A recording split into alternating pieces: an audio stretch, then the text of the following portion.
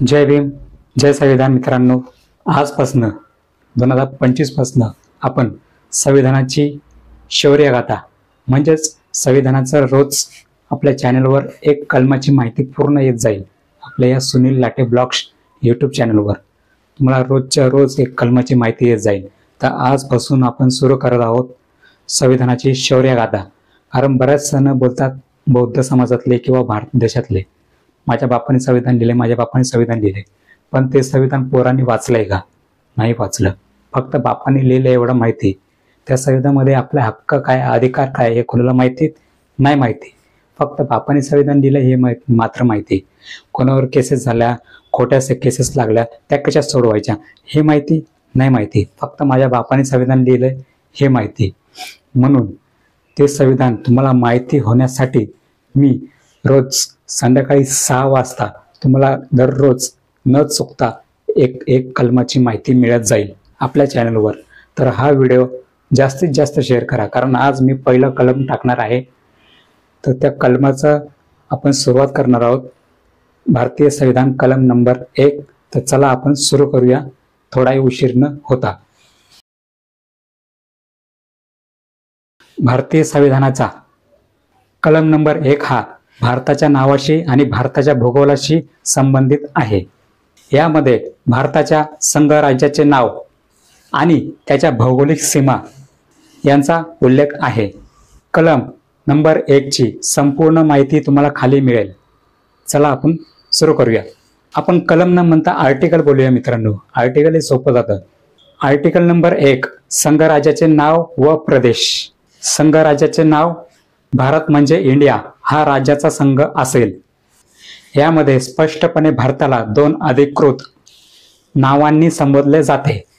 भारत हिंदीत आणि इंडिया इंग्रजीत.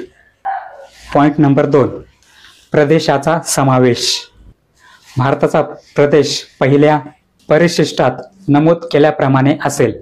यामध्ये संपूर्ण भारतातील सर्व राज्ये आणि केंद्रशासित प्रदेश यांचा समावेश असेल. पॉइंट नंबर 3 प्रदेशातील बदल. आता आपण बघणार आहोत पॉइंट नंबर 3 मध्ये प्रदेशातील बदल. संसद कायद्याने भारताच्या कोणत्याही राज्याच्या किंवा केंद्रशासित प्रदेशाच्या सीमांमध्ये बदल करू शकते. नवीन राज्याची निर्मिती करू शकते. विद्यमान राज्याचे क्षेत्रफळ कमी किंवा जास्त करू शकते. कोणत्याही राज्याचे नाव बदलू शकते किंवा नवीन राज्याचे संघटन करू शकते. आर्टिकल नंबर 1 लागू होण्याची तारीख आपण पाहूया. भारतीय संविधान हे 26 जानेवारी 1950 रोजी लागू झाले. त्यामुळे आर्टिकल नंबर 1 सुद्धा त्याच तारखेला लागू झाले. आर्टिकल 1 च्या प्रभावातील मुख्य बाबी आपण बघणार आहोत आता. 1. पॉइंट नंबर 1 राज्याचा संघ.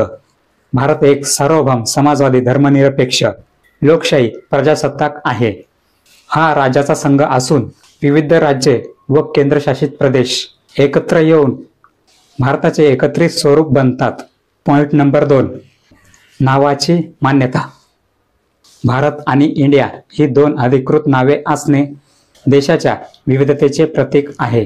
ही नावे ऐतिहासिक, सांस्कृतिक आणि भाषिक विविधतेचा आदर करतात. पॉइंट नंबर 3 आता पाहणार आहोत. सीमांचे आणि प्रदेशांचे निर्धारण. संसदेला अधिकार आहे की ती नव्या राज्याची निर्मिती करू शकते आणि विद्यमान राज्याच्या सीमांमध्ये बदलही करू शकते. यामुळे भारताच्या भौगोलिक संरचनेत वेळोवेळी बदल होण्याची शक्यता असते. पॉइंट नंबर 4 संसदेचा अधिकार. संसदेला राज्याच्या सीमाबाबत, क्षेत्रफळाबाबत आणि नावाबाबत बदल करण्याचा पूर्ण अधिकार आहे. हा अधिकार भारतीय संघराज्याच्या संरचनेला लवचिक बनवतो.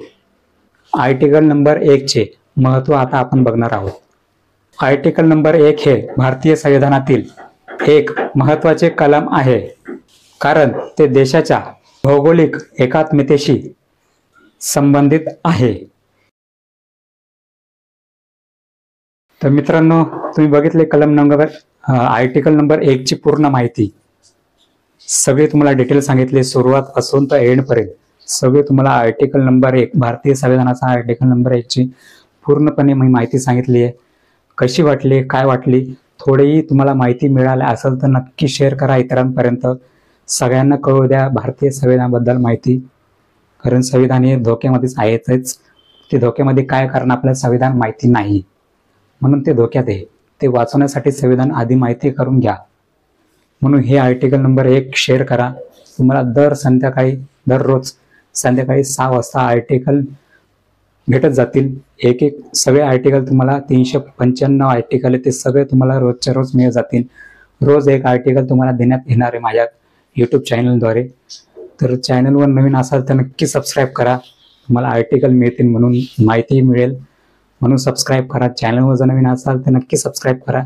आणि आर्टिकल आवडला असेल तर शेअर करा, कमेंट करा आणि लाईकही करा. चला भेटू आर्टिकल नंबर 2 मध्ये. चला, नमो बुद्धाय. जय भीम, जय भारत, जय संविधान, जय बहुजन. चला, बाय.